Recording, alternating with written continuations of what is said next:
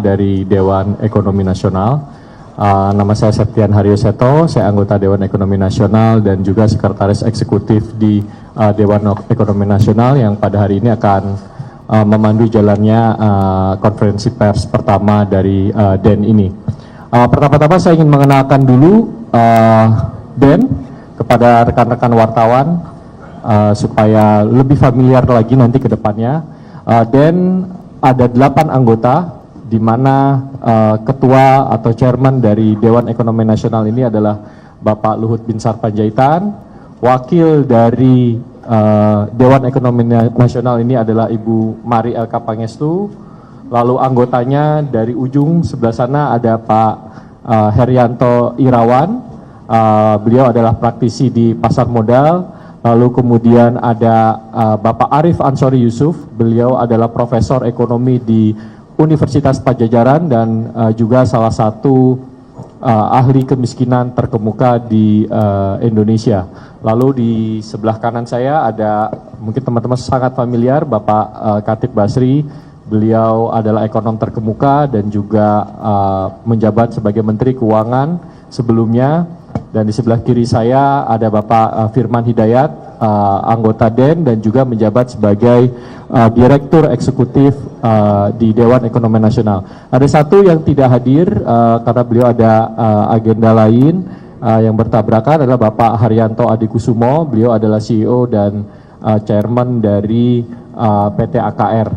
Jadi kalau teman-teman melihat anggota atau struktur dari DEN ini, kita memang terdiri dari berbagai kepakaran, ada ahli makro, ada ahli perdagangan, ahli kemiskinan, jadi supaya ini untuk memberikan rekomendasi yang komprehensif kepada Bapak Presiden.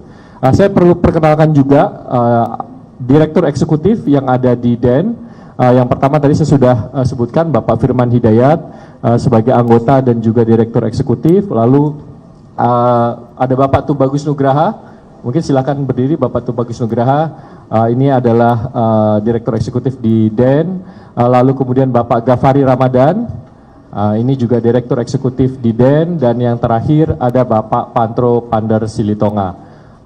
Lalu kami juga ingin mengenalkan jajaran staf khusus yang ada di Dewan Ekonomi Nasional, ada Bapak Lambok, beliau adalah ahli hukum yang cukup veteran di Indonesia, lalu ada Bapak Jody Mahardi yang menjabat sekaligus sebagai jubir dari DEN, lalu kemudian ada Bapak Jamie yang juga staf khusus di DEN dalam bidang sains dan teknologi.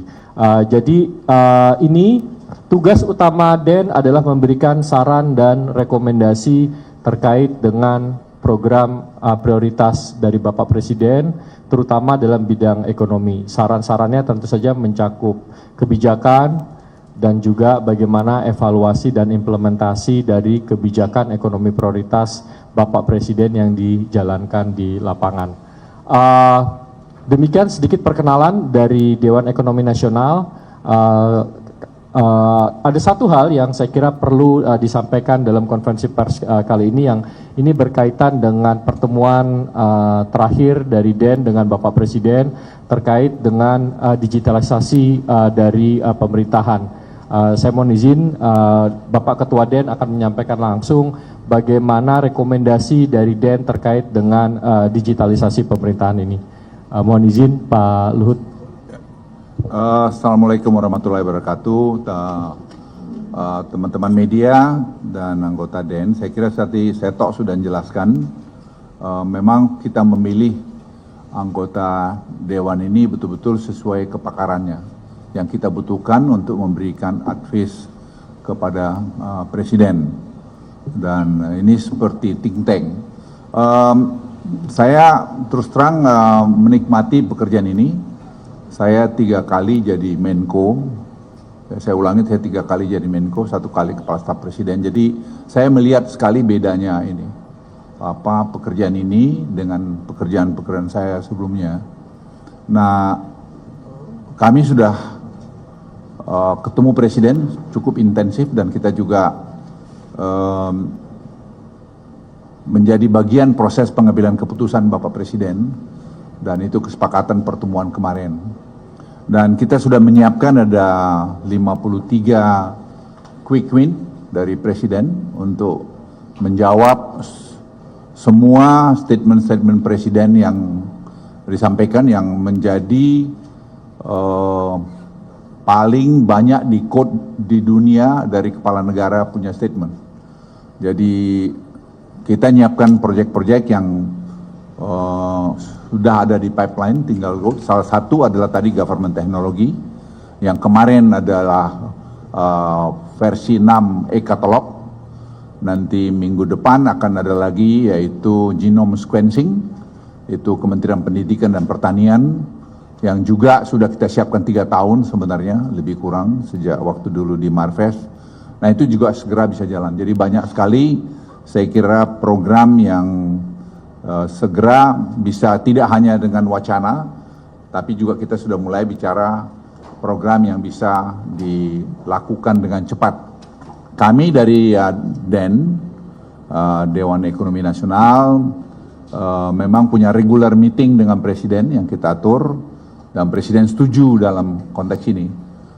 Pertemuan kemarin yang ketiga kali dalam 3 bulan, di samping itu tentu ada pertemuan yang tidak lengkap dengan grup, hanya lain-lain, sehingga Presiden saya lihat kemarin sangat menikmati usulan-usulan yang diberikan oleh Den, termasuk planning untuk eksekusinya. Ini satu yang sangat penting menurut saya adalah mengenai government teknologi. Jadi government teknologi ini nanti detail Seto akan jelaskan. Itu akan menjawab banyak sekali pertanyaan mengenai korupsi, mengenai efisiensi, mengenai single data dan segala macam. Dan Presiden dan Dewan saya sudah ingatkan kemarin sebelum ketemu Presiden, hati-hati karena Presiden itu bisa cepat. Dan Presiden kemarin kasih shock terapi pada Dewan, dia mau ini program sudah mulai jalan di bulan Agustus. Dan kita sudah harus kerja around the clock untuk membuktikan ini, karena ini menyangkut game changer buat Indonesia. Karena kita bicara masalah pajak, karena penerimaan pajak yang tidak maksimal, dan kita mendukung program Cortex yang dilakukan oleh Kementerian Keuangan di mana kami sebenarnya tertrigger karena briefing kami dengan World Bank.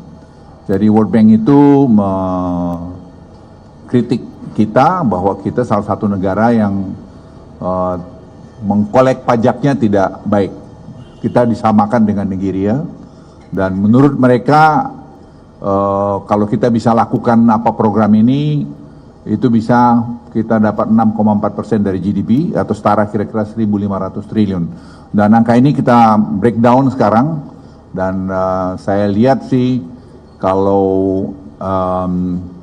kita lakukan dengan baik dan semua harus sepakat, jangan berkelahi gini-gini, jangan usah terus kritik-kritik dulu, biarkan jalan dulu. Nanti ya berikan kritik membangun, karena ini banyak masalah yang harus diselesaikan. Karena kami sebenarnya juga tertrigger oleh Pak Dede ini. Pak Dede, ya mana Dede? Ya. Dia datang dengan Tinbergen Rule, yang saya juga baru belajar juga. Tinbergen Rule ini, saya juga baru tahu bahwa Profesor Sumitro itu pembimbingnya waktu dia ambil dokter di Erasmus University di Belanda. Itu adalah seorang peraih Nobel, yaitu Tinbergen tadi. Tinbergen inilah yang mengeluarkan Tinbergen Rule, di mana satu kebijakan itu mengcover satu tujuan. Nah kita terlalu acak-acak, sehingga itu yang menyebabkan kita seperti sekarang ini. Jadi satu kebijakan itu kita berlakukan untuk banyak tujuan, ya akhirnya jadi tumpang tindih, menimbulkan tadi sekat-sekat masalah. Nah, kita akan coba itu, dan Presiden kita brief mengenai ini, dan saya lapor Bapak Presiden juga tidak aware bahwa Profesor Sumitro, ayahanda beliau itu rupanya pembimbing dia dulu pernah Nobel, dan kita usut-usut lagi sampai hari ini cuman satu-satunya orang Indonesia yang pernah dibimbing untuk ambil PhD-nya oleh seorang peraih Nobel, ya Profesor Sumitro. Jadi kita mau coba supaya sekarang Tinbergen rule ini oleh Prof Mari dan juga oleh Pak Dede untuk kita menjadi cara kita untuk memperbaiki banyak peraturan-peraturan atau kebijakan-kebijakan yang kita buat, satu kebijakan itu untuk banyak hal. Nah, ini saya pikir sedang kita lakukan dan saya sangat optimis dengan sekarang digitalize pemerintahan kita ini, karena pengalaman kita di COVID, pengalaman kita Simbara, batubara, Simbara, tadi nikel, Simbara juga sekarang dalam kelapa sawit. Jadi bukan hal baru buat kita. Jadi saya ingin menyampaikan bahwa ini suatu langkah yang sangat bagus. Saya minta Seto untuk membrief tadi mengenai barang ini, karena barang ini menurut saya super penting, ya super penting. Dan saya hanya mohon semua kita pejabat-pejabat, pengamat-pengamat, ayo kita rame-rame dukung ini. Karena ini untuk kepentingan Republik. Ini game changer buat Indonesia. Dan kami kepada Presiden membrief itu kemarin cukup detail. Dan beliau, saya juga senang sekali, beliau sangat responsif dan sangat memahami juga masalah ini. Tidak ada yang kita perlu salahkan, ya ini salah kita rame-rame. Mungkin kita kurang melihat dulu, tapi kami juga sudah diskusi dengan India, dan tim akan ke India nanti dalam 10 hari ke depan. Dan Presiden sudah merintahkan untuk itu. Kita akan belajar pengalaman dari India, walaupun kita sudah banyak paham juga, tapi lesson and learn dari India kita perlu lakukan untuk mengurangi kemungkinan kita membuat kesalahan. Saya silakan, Teto. Ya, terima kasih Pak Ketua. Jadi ada 4 pilar digitalisasi pemerintahan, yang dimana pajak ini sebenarnya hanya salah satu pilarnya saja. Jadi pilar pertama adalah bagaimana kita saya bisa... minta Anda baca ini tadi mengenai Tinbergen ini, rule ini. Itu penting Anda baca dan perlu di-quote bahwa Presiden kita tuh ayah andanya itu dibimbing oleh seorang peraih Nobel yang belum pernah ada terjadi di Indonesia. Kita juga baru tahu kemarin itu gara-gara Mari dengan dengan si Dede itu. Jadi luar biasa. Saya bangga juga lihat, wow, boleh juga kita Indonesia ini. Dan Pak Prabowo sendiri pun tak tahu pula itu barang itu. Jadi beliau baru tahu, dia bilang udah tahu, kita juga baru tahu juga. Ya, jadi teman-teman ada 4 pilar digitalisasi pemerintahan, di mana pilar yang pertama adalah bagaimana kita mengoptimalkan pendapatan negara. Nah, dari optimalisasi pendapatan negara ini ada 2 desain utama. Yang pertama adalah Cortex, yang ini terkait nanti dengan perpajakan. Yang kedua adalah Simbara, yang ini nanti terkait dengan pendapatan negara bukan pajak dari sektor tambang, terutama royalti. Jadi ini adalah 2 pilar utama, 2 komponen utama di dalam pilar optimalisasi pendapatan negara. Jadi kalau kita bicara pajak dalam konteks digitalisasi, ini sebenarnya hanya salah satu pilar saja yang kita lihat ini menjadi bagian dari bangunan yang komprehensif. Kenapa ini penting? Karena kita melihat dengan Cortex, kepatuhan wajib pajak ini bisa ditingkatkan dengan signifikan. Oleh karena itu, dalam laporan kepada Bapak Presiden, kami menyampaikan kita di Dewan Ekonomi Nasional mendukung penuh adanya implementasi Cortex ini yang telah dimulai dari 1 Januari tahun 2025 ini. Kalau masih ada kekurangan sana-sini, saya kira wajar, ini sistemnya baru diimplementasikan, tapi kami percaya di Kementerian Keuangan, Dirjen Pajak, akan bekerja keras untuk mengimprove sistemnya supaya bisa berjalan dengan baik. Jadi ini adalah pilar yang penting. Simbara kita sudah jalankan di batubara, akan kita masukkan nikel dan timah ke dalam sistem ini. Kita sudah melihat peningkatan pendapatan negara, peningkatan kepatuhan dari sektor batubara ketika Simbara ini diimplementasikan. Pilar yang kedua adalah bagaimana kita bisa mengefisienkan belanja negara. Ini yang sudah di-launching oleh Bapak Presiden pada bulan Desember. Slide-nya ditayangin aja biar teman-teman media lihat itu. Ya. Ikutin slide-nya itu. Ya. Jadi oh ya. Bukan yang ini, slide terus. Ya, ini dia. Jadi ini yang slide yang kami paparkan pada Presiden. Jadi Anda sama seperti Bapak Presiden lah, dapat kesempatan sama. Iya. Ya, pilar yang kedua adalah bagaimana kita mengefisienkan belanja negara. Bagaimana kita bisa meminimalkan inefisiensi. Salah satunya adalah yang kemarin sudah diluncurkan terkait dengan e-katalog. Lalu kemudian yang ini saat ini juga sedang dilakukan adalah bagaimana kita bisa mensinkronkan penerima bantuan sosial agar bantuan sosial ini bisa lebih tepat sasaran. Saya kira ini nanti juga akan sangat terbantu dengan adanya digitalisasi. Pilar yang ketiga adalah bagaimana kita bisa memperbaiki dan meningkatkan pelayanan publik kepada masyarakat umum terkait dengan layanan kependudukan, SIM, paspor, yang lain-lain. Ini nanti akan diintegrasikan di dalam pilar yang ketiga. Dan pilar yang keempat, yang terakhir adalah bagaimana kita bisa meningkatkan layanan berusaha.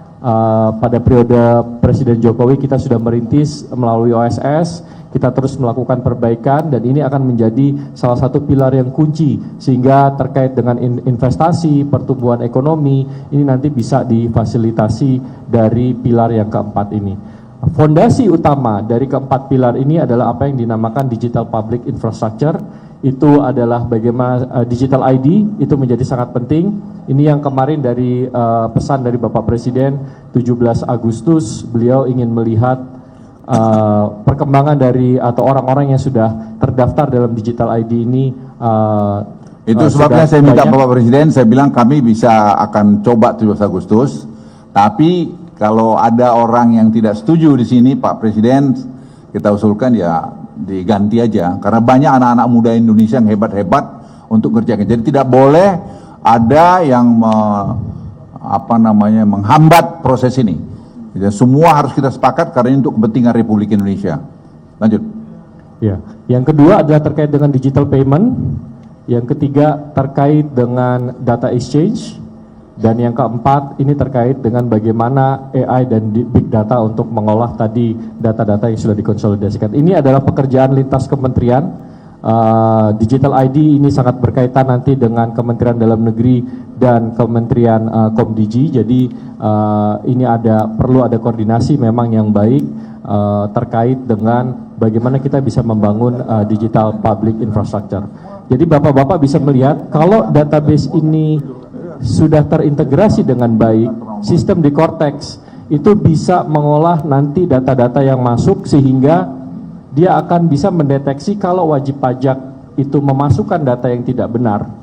Ini bisa terdeteksi di dalam Cortex. Misalnya kalau ada yang memasukkan jumlah aset, jumlah mobil atau jumlah rumah lebih sedikit dibandingkan apa yang sebenarnya dia punya, ini nanti bisa kelihatan langsung terdeteksi di Cortex. Tentunya ini nanti bertahap secara proses melalui development dari Cortex. Saya tambahkan ya, saya akan interupsi dikit-dikit itu.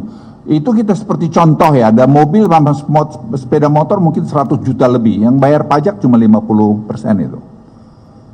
Jadi Anda bisa bayangkan kepatuhan kita itu sangat rendah. Sangat rendah. Tapi dengan itu nanti kita akan berikan dana ini karena tadi kalau betul 1.200 triliun, tadi 1.500 triliun, kita assume 1.200 triliun bisa kita collect nanti secara bertahap. Itu Presiden sudah memerintahkan akan terus nanti mengalokasikan kepada seperti UMKM untuk mendorong tadi purchasing power daripada kelas menengah bawah. Dan itu saya kira dengan sekarang program makan bergizi dan juga dana desa, kalau Anda hitung, saya akan loncat-loncat ya, karena banyak yang mau disampaikan. Itu 8% growth yang dicanangkan itu bukan hal yang impossible, itu sangat doable untuk dilakukan. Kenapa? 1 miliar per desa roughly untuk dari dana desa dan plus dengan makan tadi itu kira-kira hampir 9 miliar rupiah itu berputar di desa. Dan itu akan mengenerate ekonomi di sana. Dan ini sebenarnya juga adalah teorinya dari almarhum Profesor Mubiarto, guru besar mengenai kemiskinan yang dia sebut ekonomi Pancasila. Jadi sebenarnya Presiden Prabowo juga tadi mendorong ini semua. Dan ini dengan tadi sistem yang dibuat ini, kita akan semua nanti targeted. Jadi mengenai bantuan tunai langsung pun, itu dia harus buka bank account dia nanti, dan juga kita target, dan dia harus membelanjakan uang ini dengan arahan pemerintah. Misalnya di desa itu dibeli telur gini dan sebagainya, ayam dan sebagainya, itu akan bagian barcode-nya dibuat, dan itu yang membuat sistem ini, saya ulangi ya, yang membuat sistem ini itu anak-anak Indonesia. Itu ada 300 sekarang orang yang bekerja di LKPP, di Peruri, di Telkom sana, dan Presiden kemarin malam sudah setuju akan bertemu dengan mereka kira-kira 2-3 minggu dari sekarang setelah sistem ini sudah mulai terbentuk. Jadi ingat sekali lagi, sistem ini bukan sistem baru. Ini semua anak Indonesia dan tidak seperti EKTP, mau tender sekian triliun, tidak ada itu. Karena kita pengalaman dengan dulu peduli lindungin, kita nggak keluar duit yang macam-macam. Dan itu ternyata bisa. Ternyata bisa. Jadi sekarang kita pun ingin lakukan. Tentu ada juga nanti infrastruktur mesti keluar dana, tapi itu saya kira BPKP sudah kita minta mengaudit secara berkala sehingga betul-betul kita menghindari jangan sampai ada penggunaan-penggunaan yang tidak benar dalam program ini. Karena kita pengen cepat sekali dengan ini. Lanjut, Tok. Ya, terima kasih Pak Ketua. Mungkin dari anggota DN yang lain ada yang ingin mendapatkan Pak Khatib Basri atau Ibu Mari Pangestu. Silakan. Ibu Mari, cukup. Pak Heri. Ya, nanti tanya jawab aja. Ya. Saya buka sesi tanya jawab. Saya persilakan sebutkan nama dan asal dari medianya. Kalau boleh pertanyaannya singkat-singkat, ya.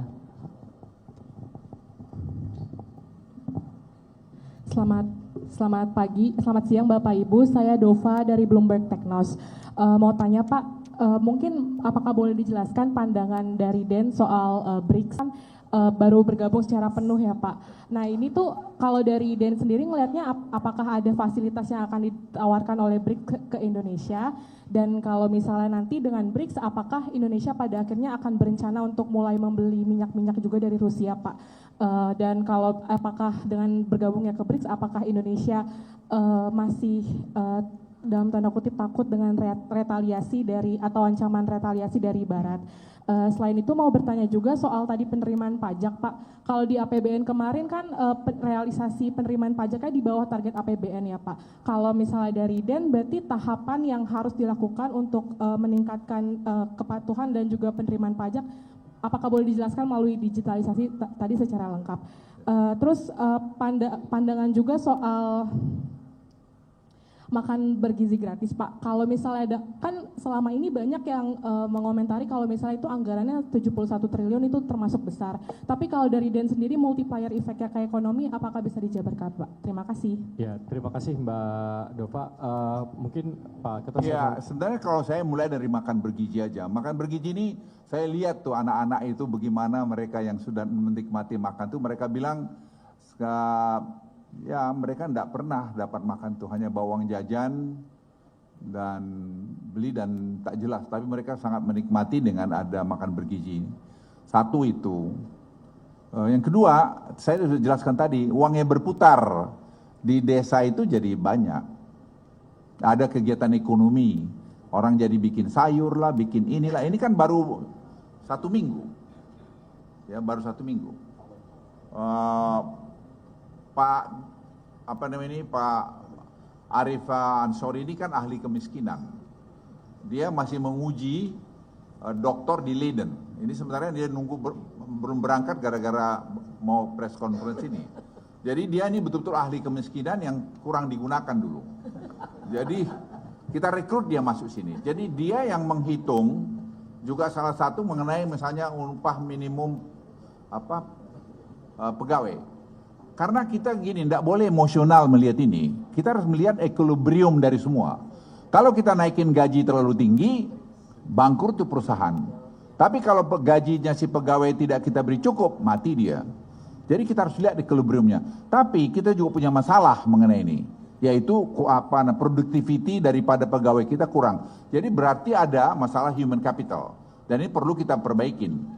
Jadi kita mampu dulu mengidentifikasi masalah, baru kita bisa melakukan solusinya. Sama tadi dengan pajak ini, nanti dengan digitalisasi ini semua, kita akan paham dengan jelas masalah itu, sehingga menurunkan threshold itu tidak serta-merta menyelesaikan masalah.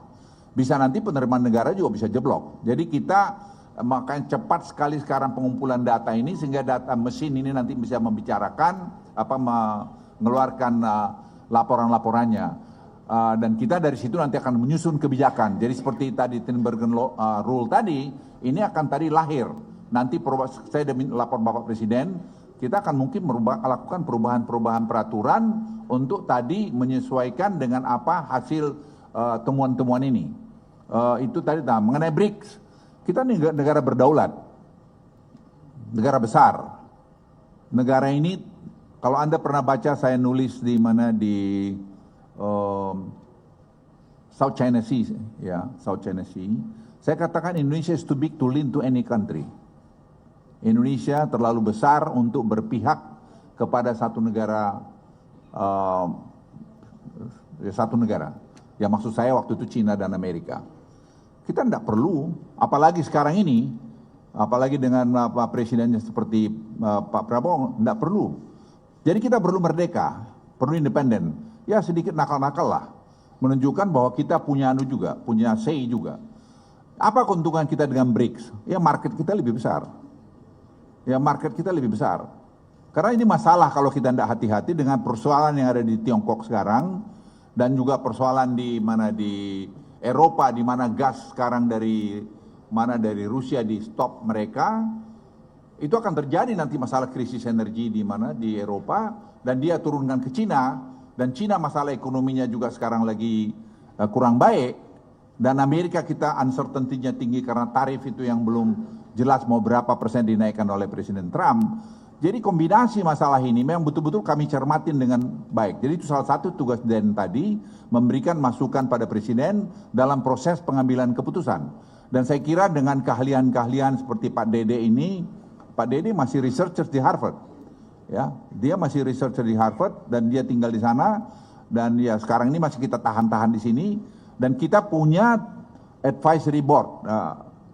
Advisory board, Global Advisory Board. Itu ada tadi Ruhir Sarma, penulis buku One Man Wrong with Kapitalis. Ada juga kita punya tadi Ray Dalio adalah salah satu pemain market yang sangat besar, jadi kita tahu kira-kira mau kemana arahnya. Kemudian kita juga punya dari bekas wakil Bank Sentral dari Cina. Jadi kita betul-betul mendapatkan informasi yang sangat komprehensif, sehingga kita didiskusikan di dalam konsil, dan itu kita berikan masukan pada Presiden. Jadi saya pikir ini yang dulu waktu zamannya pemerintahan yang lalu kita tidak pernah sempat punya. Kita semua banyak action karena memang kebetulan belum ada ini. Jadi berangkat dari pengalaman itu, dengan ada ini, ya Presiden bilang juga, dia bilang, Pak Ketua, ini berarti saya benar juga membuat DEN ini. Ya saya bilang kalau Presiden pasti benar lah, saya bilang gini. Jadi ingin saya sampaikan pada Anda, ini akan sangat efektif menghadapi keadaan ekonomi dunia dan juga tentu domestik kita sendiri tadi mengenai purchasing power kita yang agak lemah, bagaimana kita dorong. Sekarang jawaban-jawaban itu disiapkan, karena saya pikir seperti Pak Arif Ansori, ya dia dengan kepakarannya dia punya kebebasan untuk melakukan sekarang studi apa yang harus kita lakukan dengan data-data yang ada. Kemudian kita juga nangkap dari market dengan adanya si Harry adalah di market yang menangkap tadi bagaimana market merespon setiap policy yang kita buat, dan apa yang market tidak suka dengan kita, supaya kita segera respons juga untuk ke depan. Jadi saya pikir kami cukup kredibel menurut saya untuk memberikan respons untuk Indonesia bisa high income country paling tidak 2040, menjadi negara maju mungkin 2050 ke depan. Saya sangat confidence melihat itu karena kita punya hilirisasi, kita punya tadi macam-macam hilirisasi sudah, dan tadi genomic sequencing yang akan dibuat sehingga bibit-bibit kita perbaiki. Kemarin saya juga lapor Presiden, saya beritahu Presiden kita punya kelapa sawit, yieldnya per hektar itu hanya mungkin 1,8 ton, dengan tadi pengayaan, pemurnian bibit di kelapa sawit kita bisa bikin 6-7, mungkin 8 ton per hektar. Jadi kalau kita punya 16 juta, mungkin kita tetap target kita 100 juta ton per tahun untuk produksi kelapa sawit bisa kita capai, sehingga nanti kebutuhan untuk pangan dan kebutuhan untuk tadi minyak goreng dan kebutuhan ekspor itu masih bisa terpenuhi. Jadi semua kita lihat equilibriumnya. Misalnya kita juga melihat bibit bawang putih. Kita import 700 juta dolar setahun, 770. Sekarang kalau kita punya bibit sendiri, ya katakan 20% kita bisa penuhi bertahap, karena itu butuh waktu untuk bikin genom itu. Dan genom ini teknologinya sekarang sudah jalan, sudah mulai kita kerjakan, kita bertahap. Misalnya juga kejadian kokoa itu kita butuh 800 juta. Kita hanya punya 2 juta, lainnya kita mesti impor. Itu semua uang dan kualitasnya bukan kualitas yang bagus. Nah sekarang kita akan lahirkan itu semua. Sekarang ungguin nanti wartawan bisa, Presiden sudah mau meninjau pusat researchnya itu di herbal itu dan hortikultura di Humbang Hasudutan. Saya minta masih 2 bulan biar kita sempurnakan sebelum nanti Presiden ke sana. Jadi kita tidak perlu lagi hanya bilang Thailand aja. Indonesia juga punya our own genome sequencing yang teknologinya sangat advance sekali. Itu saya kira dari saya. Silakan. Terima kasih Pak Ketua. Sebentar mungkin terkait dengan tadi pertanyaan mengenai bagaimana digitalisasi membantu kepatuhan pajak. Saya mungkin minta dari Pak Khatib Basri karena beliau juga adalah Menteri Keuangan sebelumnya. Terima kasih teman-teman media. Pertama-tama saya ingin menyampaikan karena tadi awalnya dibilang bahwa target pajaknya belum terpenuhi ya kalau saya nggak salah pertanyaannya.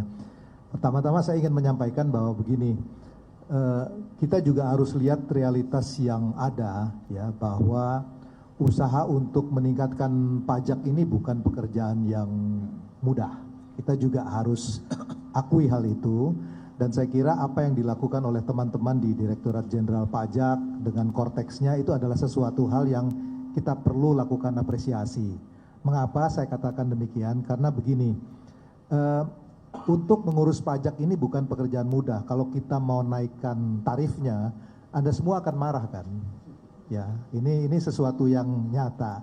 Tapi di sisi lain ada kendala yang dihadapi oleh DJP adalah mengenai kepatuhannya yang rendah.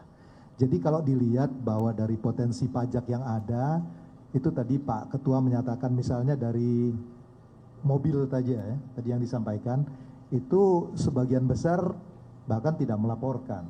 Jadi isunya di sini adalah isu mengenai kepatuhan, isu mengenai compliance. Ya, upaya untuk menggunakan tarif mungkin akan berdampak tetapi tidak akan terlalu signifikan. Jadi yang perlu diadres itu adalah isu mengenai kepatuhan.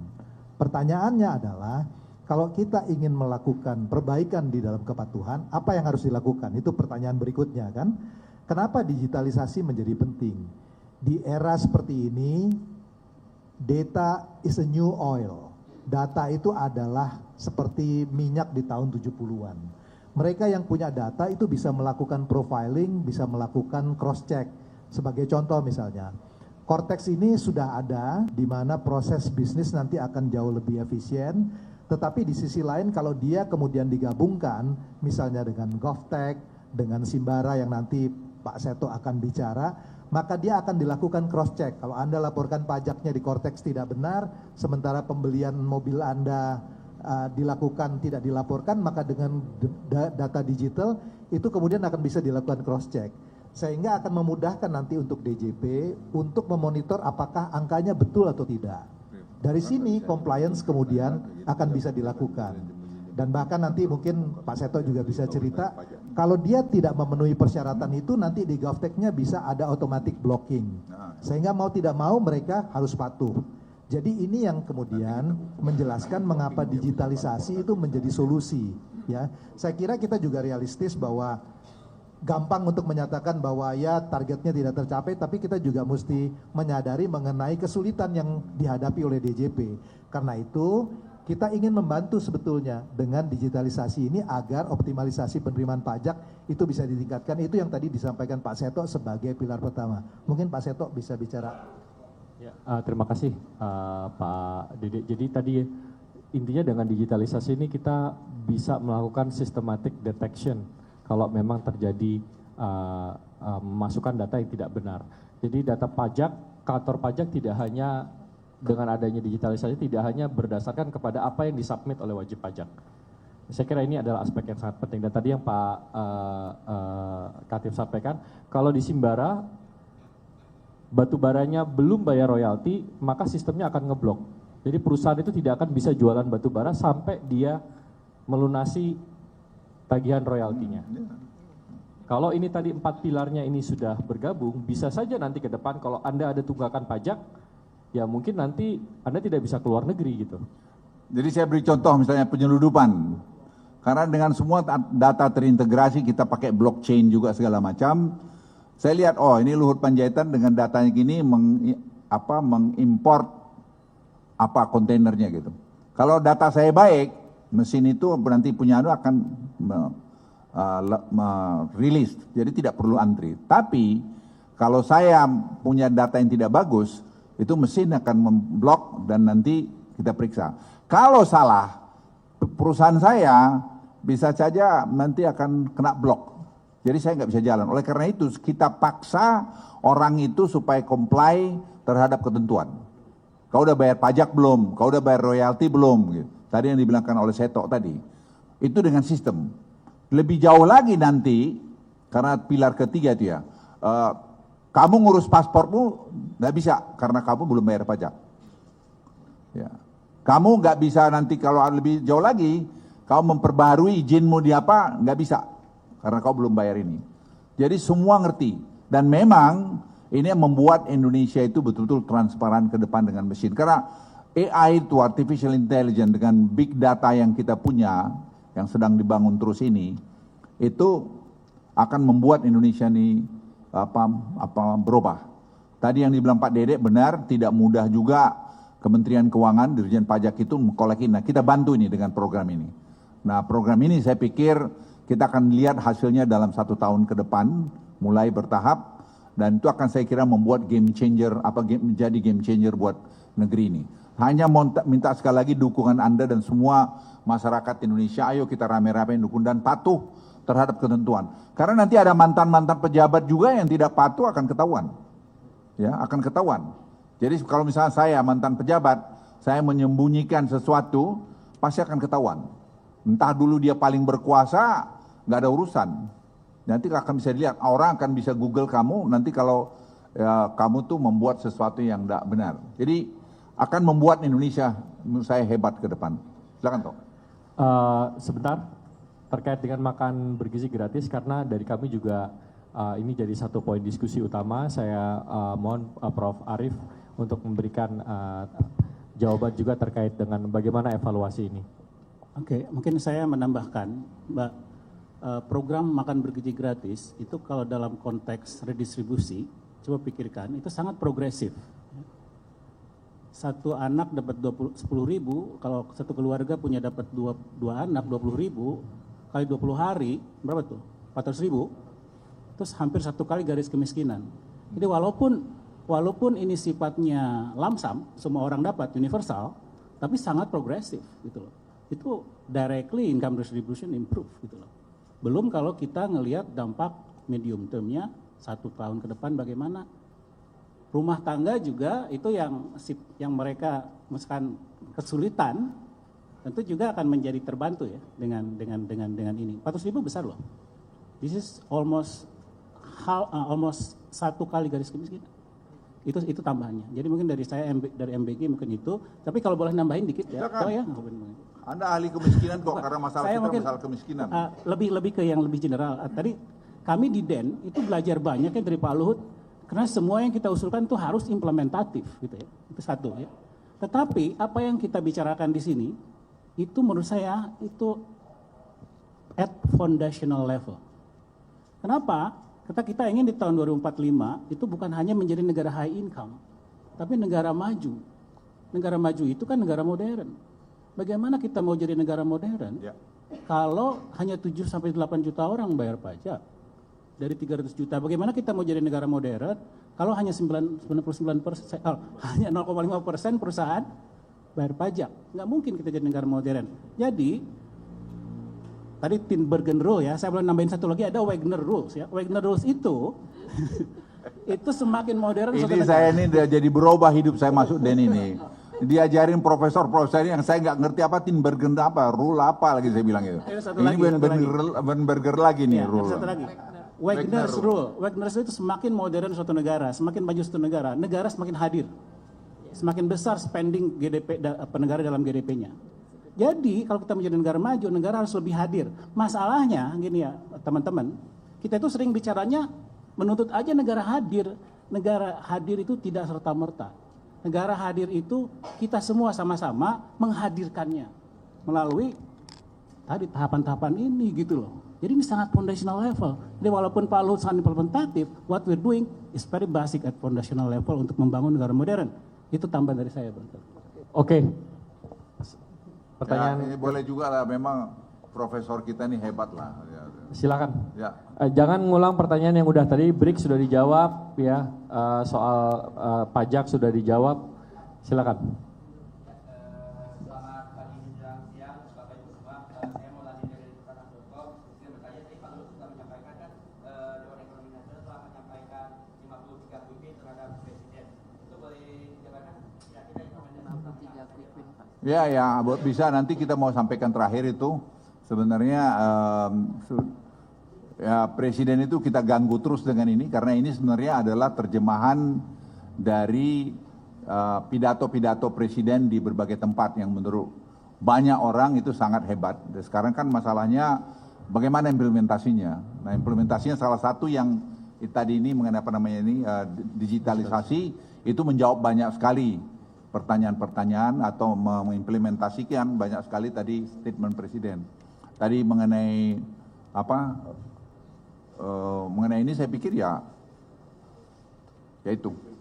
Ya. Ini juga Pak mau minta tanggapan mungkin Bapak Ibu semua terkait ini kebijakan menaikkan masa pensiun yang 59 tahun itu secara dampak ekonominya itu akan seperti apa? Tapi kan jika dikompar dengan negara-negara maju batas masa usia pensiunnya itu bahkan lebih tinggi 67 tahun. Itu bagaimana ya?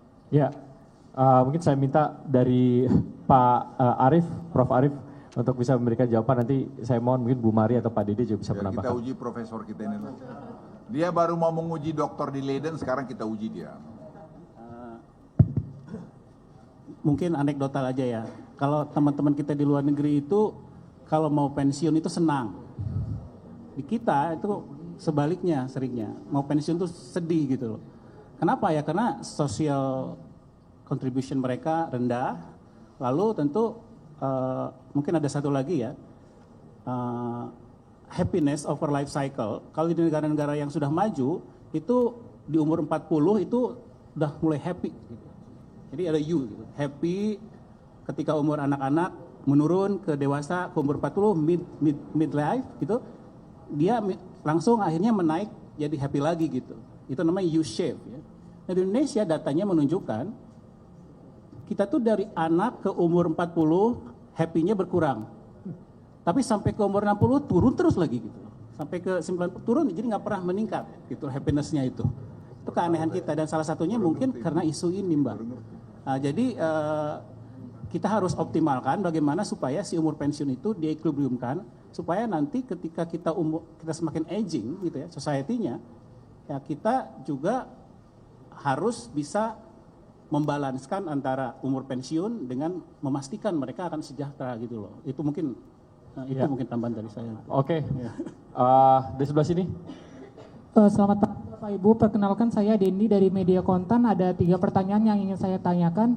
Yang pertama tadi menarik Pak disinggung soal upaya peningkatan kepatuhan wajib pajak Pak. Tapi baru-baru ini, Itu udah ditanyain. Jadi tapi skip. pertanyaannya beda Pak. Tapi baru-baru ini ada rencana tax amnesty jilid 3 nih Pak. Bagaimana tanggapan Den melihat hal tersebut Pak? Mengingat rasio kepatuhan wajib pajak di tahun 2024 ini ternyata udah turun Pak dibandingkan 2023. Terus pertanyaan kedua soal perluasan basis pajak Pak. Ini sumber-sumber penerimaan apa saja Pak yang perlu dilakukan pemerintah yang saat ini belum dikolek ternyata Pak oleh DJP. Terus pertanyaan yang ketiga terkait revisi aturan DHE Pak. Di revisi aturan yang terbaru, pemerintah katanya mewajibkan eksportir itu menyimpan DHE-nya selama minimal 1 tahun di dalam negeri Pak. Bagaimana tanggapan Den melihat hal tersebut? Terima Iya. kasih. Mungkin tadi terkait dengan tax amnesty saya minta ini Pak Dede sebagai mantan Menteri Keuangan untuk bisa memberikan tanggapan. Saya coba jawab. Artinya begini, saya kira terlalu cepat untuk kita bicara mengenai tax amnesty saat ini, ya. Karena itu kan sebetulnya ada pembahasan masuk prolegnas nanti kalau udah lebih jauh, informasinya lebih jauh, saya kira kita bisa bicara. Saya kira kalau saat ini it's too early untuk bicara mengenai itu. Kemudian tadi ada perluasan tax base tadi sebetulnya Pak Seto sudah menyampaikan bahwa tingkat kepatuhan yang rendah itu terjadi karena buat DJP itu punya kesulitan untuk mengakses wajib pajak yang di luar data yang mereka punya. Jadi kalau digitalisasi ini bisa dilakukan dengan GovTech, itu kemudian akan bisa diperluas. Anda misalnya Anda transaksi e-commerce selama ini mungkin belum tercapai tapi tercantum, tapi nanti kalau dia menjadi integrated, semua transaksi Anda DJP akan tahu kan, sehingga dengan sendirinya tax base-nya akan makin luas. Ini sebenarnya gini ya, kita nih belajar juga dari COVID. COVID itu dulu kalau Anda ingat, handphone kita itu akan menunjukkan kemana saja Anda bergerak. Nah, di sini juga sama, kalau nanti ternyata Anda tuh terlalu sering ke Bali, terus ke Bali, berarti kau punya uang. Tidak mungkin kamu tidak punya uang jalan di situ, apalagi kalau kamu traveling banyak ke luar negeri. Jadi teknologi ini bisa membaca sampai begitu jauh. Nah itu yang membantu kita sebenarnya, untuk tadi memaksa kepatuhan. Karena kalau enggak, kamu punya perusahaan nanti bisa kita kena sanksi begitu. Ya, soal DHE, saya kira kita melihatnya gini. Kalau dilihat dari data yang ada sekarang, sebenarnya ini sudah di atas dari apa yang di-set sekarang. Sekarang kan 30% ya. Angkanya mungkin sekarang itu kalau dilihat secara voluntary, mereka ada tambahan 10% lagi. Jadi 40% yang udah di-stay di dalam negeri. Dan itu kan diberikan insentif ya. Jadi saya kira ini juga satu kebijakan yang baik. Bukan berarti dipaksa secara keseluruhan, tapi ya kita minta dia tetap stay, tapi juga pemerintah memberikan insentif untuk itu. Dan ini kan hanya nanti mungkin kalau yang kita lihat, terutama dikenakan kepada sektor-sektor sumber daya alam ya, kelapa sawit, tambang gitu ya, yang memang ya itu kan berasal dari bumi Indonesia. Tapi saya kira nanti dari pemerintah tentunya akan menyeimbangkan, tidak ingin juga merugikan dari sisi perusahaan, mengganggu operasional, karena dari sisi perbankan pun juga hal ini sebenarnya bisa dibantu. Tapi kalau Anda lihat, saya tambah toh ya, itu sekarang cadangan devisa kita tertinggi selama ada Republik 155 miliar dolar. Salah satu itu juga akibat dari DHE tadi. Ya. Dan berimpact kepada rupiah. Kenapa rupiah kita tuh semua currency itu kena hit karena Amerika punya dolar menguat. Tapi kita relatif masih termasuk yang bisa cukup stabil gitu. Ya, terkait ini DHE Pak Heri, mungkin ada yang ingin ditambahkan Pak Heri? Market Ya, terima kasih Pak Seto. Jadi teman-teman media, sebenarnya tujuan dari DHE ini kan bukan hanya menahan saja, tujuan ini kan juga benar-benar untuk membantu stabilisasi rupiah kita. Dan stabilisasi rupiah kita itu sangat terkait dengan daya beli masyarakat, terutama yang di menengah dan ke bawah. Jadi dengan demikian, dan kita sadar bahwa kondisi dari luar itu kan makin lama makin tidak certain gitu ya. Dan tentunya kita juga tidak bisa hanya sit and wait atau wait and see aja gitu loh. Kita harus mengambil strategi sebagaimana untuk membantu stabilisasi rupiah. Jadi itu salah satu tujuan dari DHE ini. Ya, terima kasih Pak Seto. Satu pertanyaan terakhir, ya, Pak Yudi. Makasih Pak Ketua dan kawan-kawan. Nama siapa, nama dan asal? Dari Straits Times. Ini dari tadi paten semua nih Pak, kecuali satu hal ketinggalan saya lihat Pak, sektor ikan. Laut kita ikannya banyak banget Pak. Tapi sumbangan ke GDP-nya kecil sekali. Untuk ke depan apa Pak yang bisa dilakukan strateginya untuk nambah pertumbuhan? Kedua, follow up aja dikit soal ini yang de-dolarisasi kan. Salah dua dari tujuannya BRICS itu kan mengurangi ketergantungan terhadap dolar dan menciptakan alternatif financial system.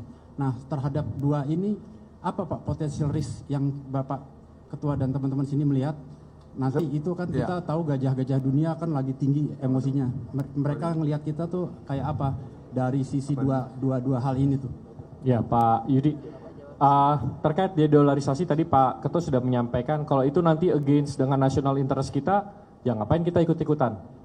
Ya jadi jelas kita ikut BRICS, kita ikut Indo-Pacific Economic Framework yang diinisiasi oleh Amerika ya karena national interest kita. Jadi kalau ada yang bertentangan sama national interest kita, ya ngapain kita ikut-ikutan seperti itu. Jadi saya tambah di soal ikan ya. Soal ikan ini sebenarnya kenapa udang kita gagal melulu? Sama dengan pertanian. Kita tidak membangun infrastruktur untuk misalnya udang. Itu pembersihan airnya kita berikan pada investor, mana bisa UMKM melakukan itu. Jadi jalan juga pertanian sama. Tidak kita bikin jalan, tidak kita bikin air. Padahal undang-undang mengatakan bahwa itu kewajiban pemerintah. Nah, Presiden kemarin laporin, kita buat. Jadi dengan demikian udang itu nanti akan bisa jalan. Itu satu. Karena kalau tidak, itu nanti airnya sudah kotor, masuk lagi, matilah udangnya. Tapi dengan tadi infrastrukturnya dibikin oleh pemerintah, karena by undang-undang itu pemerintah yang wajib buat. Yang kedua, memang saya tidak terlalu setuju semua penangkapan bebas. Karena itu bisa illegal fishing. Nah, kita bikin untuk supaya ada keramba-keramba di misalnya di mulut teluk begini, dibikin keramba di situ. Sehingga juga tidak sampai ya terjadi overfishing. Dan dengan tadi juga ada seaweed program ini semua berkait. Jadi semua kita coba buat nanti nyarankan terintegrasi, dan seperti yang dibilang tadi sama Profesor Arif, semua yang bisa dilakukan bukan angan-angan. Ya, saya ingin balik bukan angan-angan, kita lakukan studi yang dalam dan kita lakukan eksekusi yang baik. Dan itu saya kira pengalaman kami sudah sangat banyak. Jadi Anda tidak pernah challenge saya mengenai itu. 11 tahun saya jadi Menko, macam-macam, ada 3 Menko segala itu. Udah kita tahu persis apa ini. Dan sekarang didukung oleh digitalisasi, saya very confident mengenai ini. Asal kita semua sepakat. Jangan kita belum apa-apa udah ribut sendiri, ngomong padahal pengalamannya ndak ada, ngomentar aja. Ya kalau mau datang aja ke saya, nanti ngomong gini kurang, Kang Den, bisa ke Prof. Arif ini kurang. Kita terima kok, kita sangat terima. Tapi dalam konteks untuk membuat Indonesia lebih bagus. Ya, izin menambahkan Pak Ketua terkait dengan kelautan dan perikanan ya. Jadi memang potensinya sangat besar. Tadi sudah disampaikan oleh Pak Ketua, yang paling penting adalah infrastruktur. Tetapi di luar infrastruktur, tata kelolanya juga harus dibenahi gitu ya. Masalah perizinan dan regulasi yang dipermudah itu harus terus dikerjakan. Dan ini saya kira sudah terus dilakukan oleh pemerintah yang lalu dan terus dilanjutkan di pemerintahan yang sekarang. Nah, kemudian yang berikutnya tadi Pak Ketua sampaikan penangkapan bebas memang kita harus mulai batasin. Yang harus didorong adalah yang budidaya gitu kan. Nah, untuk bisa mendorong budidaya kemudian hilirisasinya, peran paling penting adalah riset dan teknologi gitu ya. Misalkan di rumput laut gitu ya, kita harus bisa punya traktor untuk budidaya rumput laut. Kita harus punya mekanisasi untuk budidaya rumput laut sehingga produksinya bisa meningkat, cost-nya sebagai bahan baku bisa turun gitu ya. Sehingga nanti hilirisasinya bisa berkembang. Dan hilirisasinya seperti rumput laut kan banyak, bisa digunakan untuk plastik, bisa digunakan untuk biofuel bahkan. Tetapi teknologi hilirnya juga harus kita kembangkan. Saya kira ini langkah-langkah yang perlu kita dorong untuk bisa memaksimalkan potensi kita di sektor kelautan dan perikanan. Terima kasih Pak. Oke, terima kasih. Sebelum saya tutup sebentar toh, ini kita harus hati-hati tetangga kita ya. Mereka tuh belajar dari sukses kita downstreaming.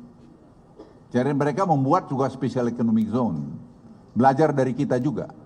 Dan mereka konsisten terhadap itu.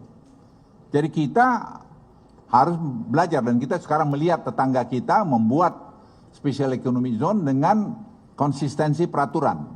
Nah, kita berharap jangan ada pejabat yang tidak konsisten. Dan itu saya mohon semua kita harus mengkritik kalau kita melihat ada pejabat yang tidak konsisten terhadap ketentuan yang sudah dirumuskan. Misalnya special economic zone yang sudah dibuat, ya semua harus patuh pada itu. Jangan ada kementerian atau pejabat yang tiba-tiba robah sini, robah sana lagi.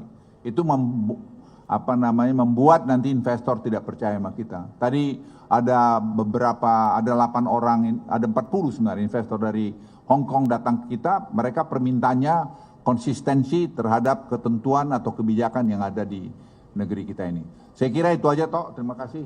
Terima kasih teman-teman wartawan, sampai jumpa lagi di konferensi pers berikutnya. Nanti kalau masih ada pertanyaan bisa langsung dengan Pak Jody. Terima kasih, selamat siang, wassalamualaikum warahmatullahi wabarakatuh.